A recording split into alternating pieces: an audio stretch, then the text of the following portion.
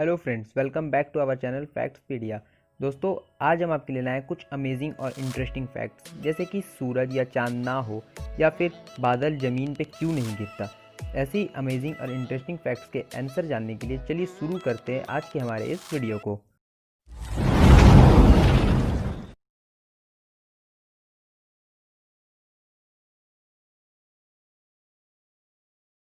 आज के इस वीडियो को फैक्ट नंबर 1, अगर सूरज यानी कि सन ना हो तो क्या होगा।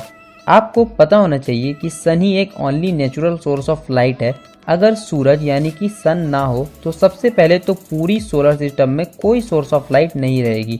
अर्थ के सारे पेड़ पौधे मर जाएंगे, क्योंकि प्लांट्स को फूड तैयार करने के लिए सनलाइट की ज़रूरत पड़ती है, जो कि फोटोसिंथेसिस के रूप में आप लोगों ने पढ़ा होगा।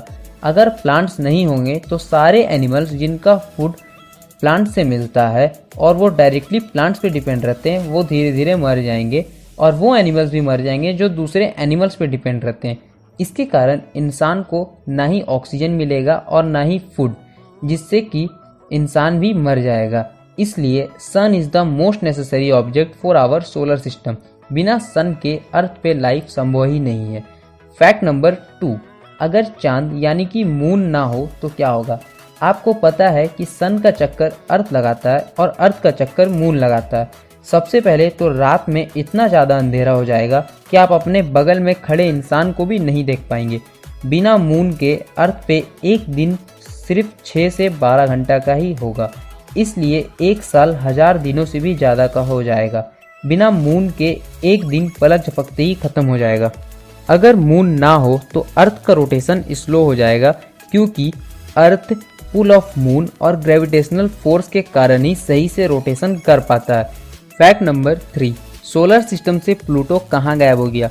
पहले प्लूटो को भी एक प्लैनेट माना जाता था, लेकिन 24 अगस्त 2006 IAU ने सोलर सिस्टम से प्लूटो को निकाल दिया, क्योंकि वो बोलते थे कि प्लूटो एक ड्वार्फ प्लैनेट है, मतलब कि बौना प्लैनेट है।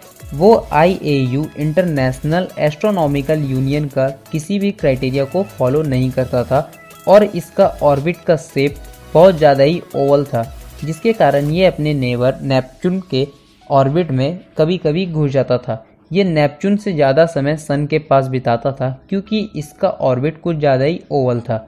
इसलिए प्लूटो को आज हम लोग नहीं प्लैनेट के रूप में गिनते हैं। फैक्ट नंबर 4, बारिश से पहले बादल काले क्यों हो जाते हैं। सबसे पहले तो मैं आपको ये बताना चाहूँगा कि बादल एक्चुअली हल्का ग्रे कलर का होता है, और जब वाटर वेपर वार्म गैस होने की वजह से ऊपर जाने लगता है, तो वो जैसे जैसे ऊपर जाता है वाटर वेपर कूल मतलब कि ठंडी होने लगता है। वो जैसे जैसे ठंडी होती है, बहुत सारे वाटर ड्रॉपलेट्स और आइस क्रिस्टल्स एक साथ मिल के बादल फॉर्म करते हैं। जैसे जैसे ज़्यादा वाटर ड्रॉपलेट्स मिलने लगते हैं, बादल का वॉल्यूम ज़्यादा ही डेंस होने लगता है, और ज़्यादा डेंस ऑब्जेक्ट लाइट को पास होने नहीं देते हैं, वो लाइट को एब्जॉर्ब कर लेते हैं, इसलिए बादल काला दिखाई देता है। फैक्ट नंबर 5, बादल नीचे क्यों नहीं गिरता, हवा में ही क्यों तैरते रहता है।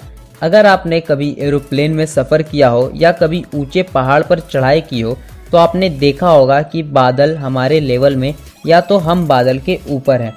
अगर आप वहाँ से अपने किसी भी ऑब्जेक्ट को नीचे गिराएंगे तो वो नीचे गिर जाएगा, मतलब कि ग्रेविटेशनल फोर्स वहाँ तक काम करता है।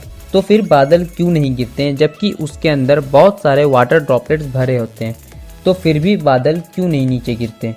असल में जब बादल में वाटर वेपर्स भरते हैं तो वाटर वेपर बनता है, और वेपर बनने के साथ साथ उसमें गर्म हवा भी भर जाता है, और गर्म हवा हमेशा ऊपर ही जाता है। ये आपको मुझे बताने की ज़रूरत नहीं पड़ेगी। बादल बहुत कम डेंस होते हैं, और जब बहुत ज़्यादा डेंस हो जाते हैं तो वो हल्का नीचे आते हैं, और उससे सारी ड्रॉपलेट्स नीचे गिर जाती है बारिश के रूप में। और जब नीचे आते हैं तो उसमें फिर से गर्म हवा भर जाता है, और फिर वो ऊपर चले जाते हैं और बहुत छोटे छोटे टुकड़ों में बढ़ जाते हैं, ताकि वो बहुत कम डेंस रहें और उनका वेट उतना ही रहे कि वो एटमॉस्फेयर में तैर सके।